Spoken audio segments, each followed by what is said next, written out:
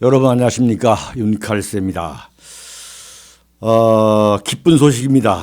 10월 20일 대구에서 열리기로 했던 그 윤창중 정치학교 대구 경북 TK 신간 부활 출간 기념 토크 콘서트 그 장소를 구하느라고 애를 먹었습니다만 장소가 결정이 됐습니다. 대구 텍스타일 컴플렉스 대구 텍스타일 컴플렉스라는 지역입니다. 건물입니다. DTC라고 해가지고 204호 세미나실 위치가 대구 동구 80로 227 복무동 이사하 폴리스, 복무동 이사하 폴리스입니다. 전화번호는 053-980-1009번부터 101번까지입니다. 대구 텍스타일 컴플렉스 DTC 빌딩입니다. 잘 좀 찾아오시기 바랍니다. 그리고 오늘 이 그림이 새로운 걸로 바뀌었죠. 문을 탁 열었을 때에 그 눈앞에 펼쳐진 그 유채꽃, 그리고 제주도의 돌담, 그리고 밭을 그려본 겁니다. 저 멀리 보이는 게 한라산입니다. 여러분 보시면서 제 칼럼도 경청해 주시기 바랍니다. 본격적인 칼럼 시작하겠습니다. 도서출판 윤창중 칼럼 세상이 신간을 내놓았습니다. 문재인 사화에 맞서 대한민국 나팔수 언론과는 100% 다른 각도에서 현대 정치사를 과감히 기록한 책 윤창중 실록 부활. 윤창중의 처절했던 3년간의 시련을 기록한 자전적 고백 비정에서부터 문재인의 비비린내 나는 정치 보복을 기록한 칼춤, 그리고 이번에 나온 부활까지 모두 5권 주문 판매되고 있습니다. 윤칼세 TV는 여러분의 도서 구입과 자발적인 구독료로 운영됩니다. 010-8881-4649로 연락 바랍니다. 감사합니다.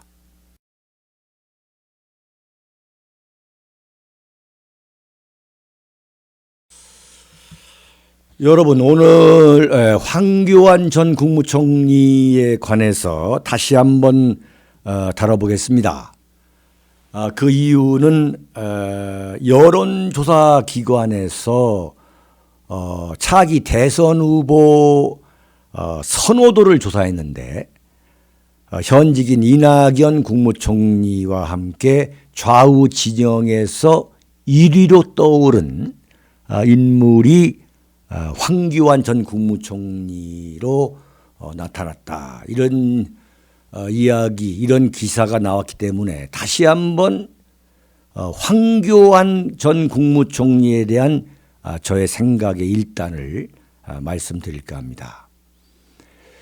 황교안 전 국무총리는 박근혜 대통령 시절 법무장관을 했고 국무총리를 하다가 박근혜 대통령이 탄핵을 당하면서 그리고 파면이 헌재에 의해서 되면서 대통령 권한대행을 했지요.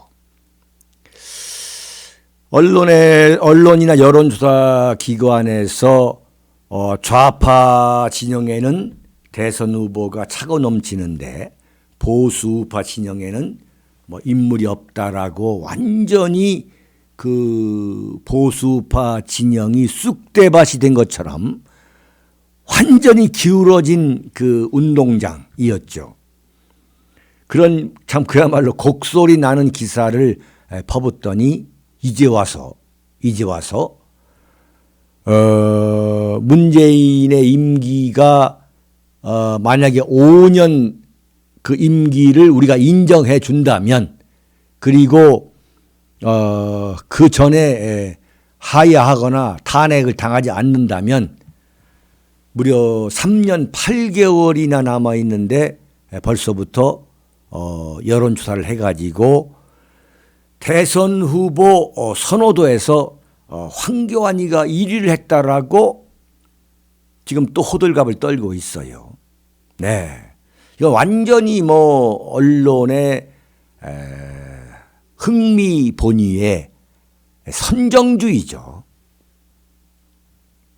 저는 이것은 큰 의미가 없다고 봅니다. 지금 실시하고 있는 여론조사 3년 8개월이라는 참 그야말로 엄청난 시간, 모래알 같은 세월이 남아있을 뿐만 아니라 대한민국 정치든 어느 정치든 간에 어느 나라의 정치든 간에 정치는 일주일 앞도 내다볼 수 없다.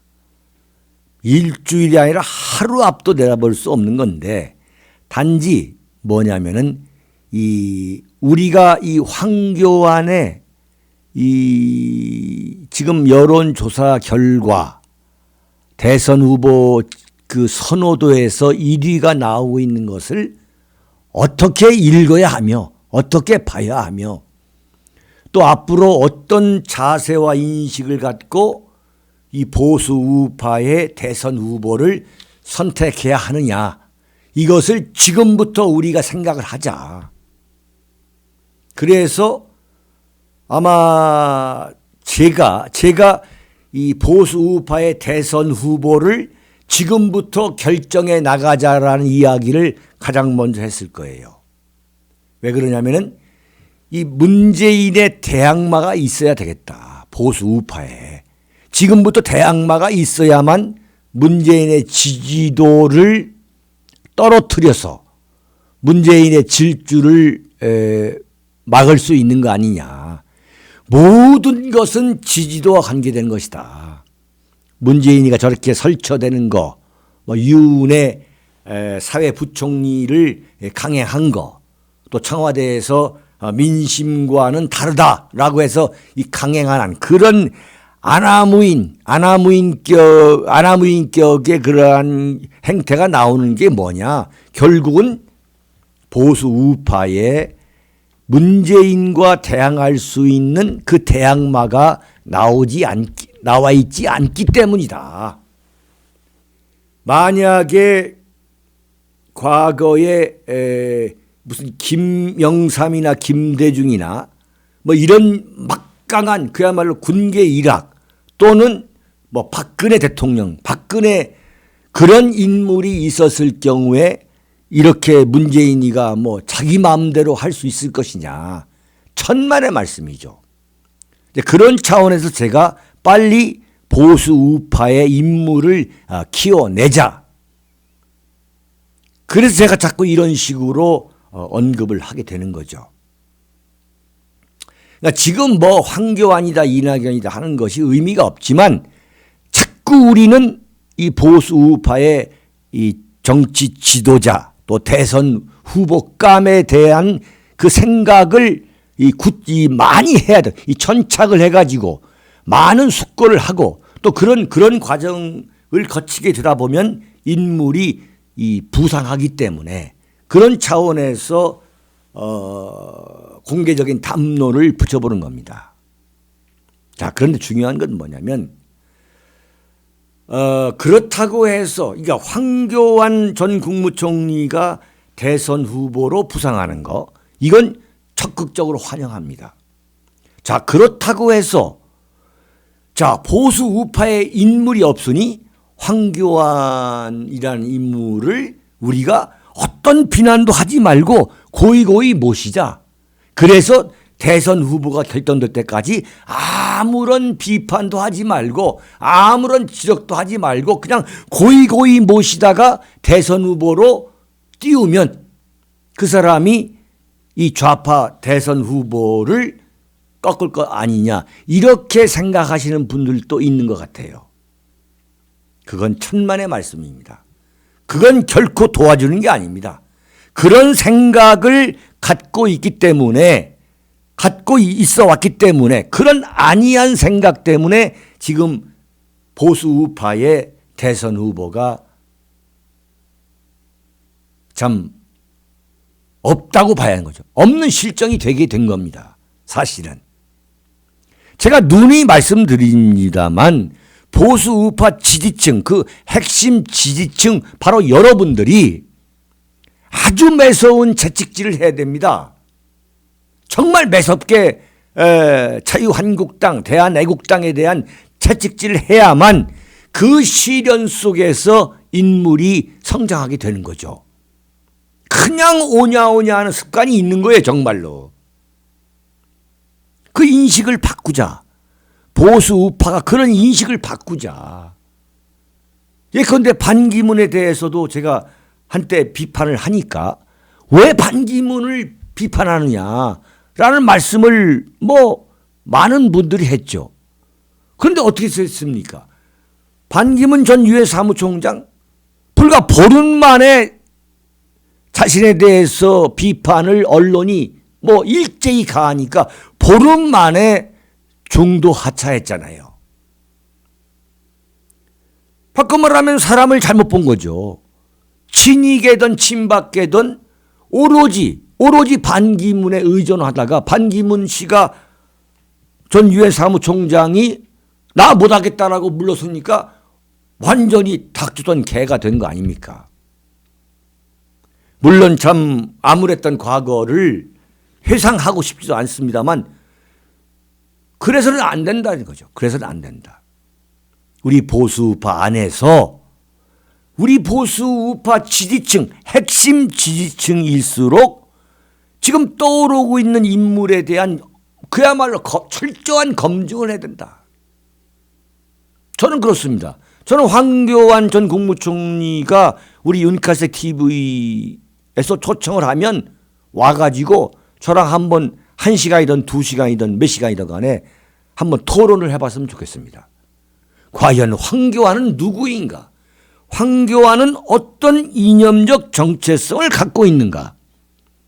그리고 대한민국에 대한 대한민국의 역사적 정통성과 정체성에 대해서는 어떤 생각을 갖고 있는 인물인가를 제가 한번 밝혀내고 싶습니다.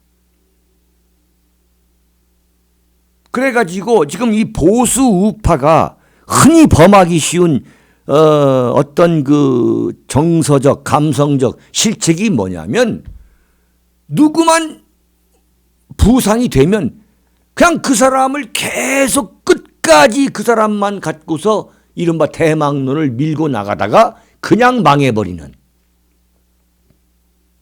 그 대표적인 경우가 바로 이회창 후보죠.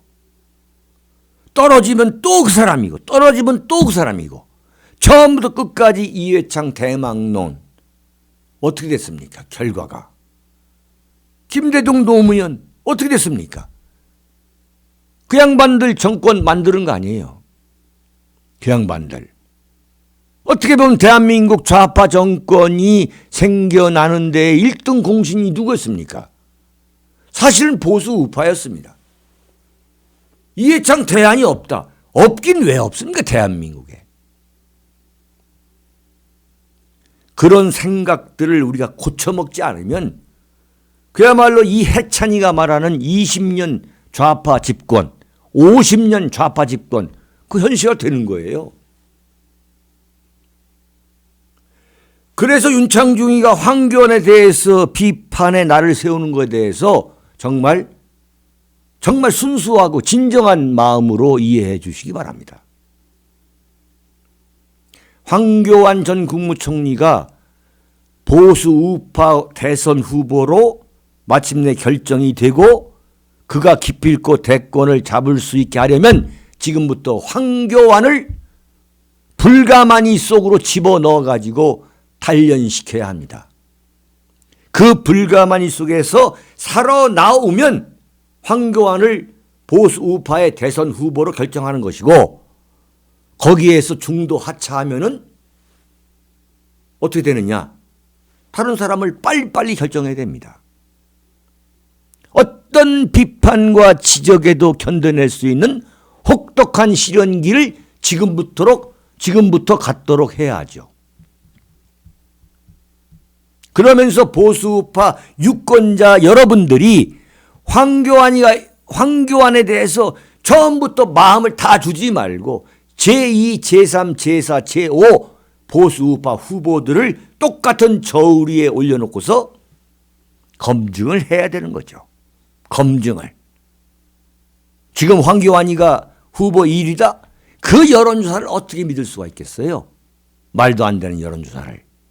여론조사가 아니더라도 정치라는 것은 단 하루도 내다볼 수 없는데 앞으로 3년 8개월 후에 대통령 선거 또는 그전에 예컨대 만약에 문재인이가 하야했다 또는 뭐 탄핵을 당했다 그런 돌발 상황이 언제 올지도 모르는데 지금부터 우리는 황교안이다.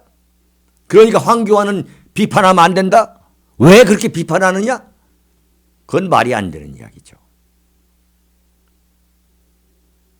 처음부터 황교안이든 누구든 딱 한 사람을 결정해가지고 대선 때까지 밀고 가서는 안 된다. 그런 오류를 범해서는 안 된다는 거죠. 그러니까 뭐냐면 이명박 대통령이 왜 대통령이 됐습니까? 박근혜 대통령하고 치열한 경쟁을 했기 때문에 이명박 대통령이 먼저 대통령이 된 거죠. 또 박근혜 대통령이 왜 대통령이 됐습니까? 이명박 대통령한테 이 결과를 아주 선선히 승복했기 때문에 그 자리에 승복하는 그 대인다운 모습을 보였기 때문에 박근혜 대망론이 그때부터 시작이 됐던 거죠. 그러한 극적인 연출이 없으면 또 안 되는 겁니다. 자, 지금부터 우리가 누구든 간에 혹독한 검증을 하고 혹독한 경쟁 과정 그 시련 그 불가마니 속에 집어넣자 이거죠. 제가 볼 때 황교안 전 국무총리는 전혀 검증이 되지 않았습니다. 법무장관 할 때 뭐 국무총리 할 때 뭐 인사청문회를 통해서 검증 절차를 거쳤다? 천만의 말씀이죠. 그거하고 대통령 후보가 되는 거하고는 완전히 다른 거죠. 자, 우선 황교안 전 국무총리부터 태도와 인식을 180도 바꿔야 됩니다. 어떤 문제가 나오던 간에 그 신중한 태도 완전히 180도 다른 자세로 바꿔야 되죠. 죽기 살기로 달라붙는 그 권력 의지를 보여야 합니다. 국민들한테. 이야, 저 사람 대단한 사람이네. 이러한 강골의 권력 의지를 보여야죠. 자꾸 이런 말씀 드리는 게 뭐냐면 반기문 전 전 유엔 사무총장이 떠오르기 때문입니다. 다시는 닥쳤던 뭐가 돼서는 안 된다. 만약에 반기문 전 총장이 그야말로 그 차돌 같은 이 권력 의지를 갖고 붙었다. 문재인하고. 저는 승산이 충분히 될 수 있는 게임이었다 봅니다. 그런데 오자마자 무슨 뭐 촛불 혁명이니 말이죠. 역사 운운하면서 그리고 박근혜 대통령을 이미 끝났다라고 누가 봐도 알 수 있는 그런 태도를 그 아주 참 그야말로 배은망덕한 태도를 보였을 그러면서 완전 반기문은 대선 후보로서 몰락하게 된 거죠. 지금 또 하나의 예가 있습니다. 고건 전 국무총리입니다. 고건 전 국무총리가 윤칼세 TV를 보시면 기분이 상할지 모르시겠지만 이거 엄연한 역사적 사실이기 때문에 언급하는데 행적의 달인이라고 했죠. 그리고 노무현이가 현직 대통령 시절 그 말기에 부동의 1위였죠. 부동의 1위. 그러니까 이명박 박근혜보다 앞서갔죠. 압도적으로. 그런데 어떻게 했습니까? 노무현이가 내가 초대 국무총리로 좀 덕 좀 보려고 보수 우파에 있던 고건 국무총리를 총리로 내정했는데, 총리로 기용했는데 이거 실패한 인사였다. 잘못된 인사였다. 이렇게 한마디 하니까 완전히 어떻게 했습니까? 지지도 1위고 뭐고 간에 다 내팽개치고서 중도 하차해버렸죠. 대선 불출마 선언을 했죠. 그러니까 지금 뭐 어쩌고저쩌고 하는 것은 다 의미가 없다는 거죠. 그러니까 본인이 그러한 시련을 겪어 나가야 되는데, 자, 저는 가장 먼저 황교안 전 총리에게 저는 과연 그의 자신의 실체가 어떤 건지 그 본질에 대한 궁금증을 저는 한번 던져보고 싶은 사람이에요. 네. 정말 황교안 전 총리하고 1대1 토론이라도 벌여가지고 당신의 정체가 과연 뭐냐, 그 본질이 뭐냐, 그 민낯이 뭐냐, 그리고 과연 대선에 도전하겠다는 그 의지는 있느냐라는 걸 한번 묻고 싶어요. 우선 이 칼럼과 방송을 통해서 제가 몇 가지 좀 질문을 할까 합니다. 첫째, 과연 박근혜 대통령 탄핵에 대해 어떤 판단을 가졌었느냐, 그때. 지금은 어떤 입장이냐. 박근혜 대통령 탄핵이 과연 헌법과 법률과 관행과 원칙에 비춰볼 때 부당한 인민재판이었느냐, 아니면은 그야말로 촛불혁명에 의해서 당연히 무너져야 되는 그러한 정권이었느냐, 인민재판 마녀 사냥이었느냐, 아니면 촛불혁명이었느냐. 분명한 입장을 듣고 싶어요. 이건 지금 대한민국에서 당신이 보수냐 아니냐라는 기준을 정할 때, 잣대를 정할 때 굉장히 중요한 그 기준과 잣대입니다. 그러니까 황교안 전 국무총리가 대권 도전에 의향이 있다면 가장 먼저 물어봐야 될 게 뭐냐면, 과연 박근혜 대통령 탄핵에 대해서 어떤 입장을 당시에 갖고 있었으며 또 지금은 어떤 입장인가. 어떤 입장이었기에 이에 법률가인 황교안이라는 인물이 그 박근혜 대통령 탄핵과 헌법재판소에 의한 그 파면 그리고 인신구속에 대해서 지금까지 단 한마디도 언급하고 있지 않은지, 또 헌법재판소 파면 결정 이후에 그 인신구속 또 25년형과 벌금 180억인가요? 200억 선고에 대해 어떤 입장이지, 왜 어떤 입장이기에 단 한마디도 언급하지 않는지 저는 묻고 싶습니다. 두 번째, 황교안 전 총리는 박근혜 대통령 석방 문제에 대해서 왜 지금까지 어떤 입장도 밝혀오지 않고 있는지, 도대체 어떤 이유 때문에 그런지 한번 묻고 싶습니다. 문재인 사법부 판결에 대해 동의하기 때문인지, 아니면 동의하지 않고 있으나 입장을 밝히는 것이 적절하지 않기 때문인지, 부적절하기 때문인지 좀 묻고 싶어요. 그 속을 한번 듣고 싶습니다. 저 윤창중은 이런 것에 대한 궁금증이 풀리지 않는 한 황교안에 대해서는 저는 대선 후보의 그 예비 후보로 저는 인정할 수 없다, 이런 생각을 말씀드리는 거죠. 세 번째입니다. 일국의 국무총리를 지낸 전직이지만 대한민국의 국가 지도자라 할 수 있는 인물로서 현재 문재인의 대북 정책에 대해서 어떤 입장인지 반드시 묻고 싶습니다. 지금 대한민국이 공산화로 가고 있다는 걱정과 한숨이 하늘을 찌르고도 남는 상황인데도 불구하고 황교안은 왜 침묵하고 있는지 도무지 알 수 없는 일이다. 네 번째, 자유한국당과 바른미래당, 박근혜 대통령을 탄핵하는 데에 동조함으로써 지금 이 모양 이 꼴로 만든 그 바른미래당과 합치는 문제, 자유한국당이 거기에 대한 입장도 듣고 싶어요. 근데 황교안 전 국무총리가 조선일보와의 전화통화에서 중도와 보수의 역량이 있는 분들이 힘을 합쳐야 되지 않겠냐, 이런 말을 했다는 거예요.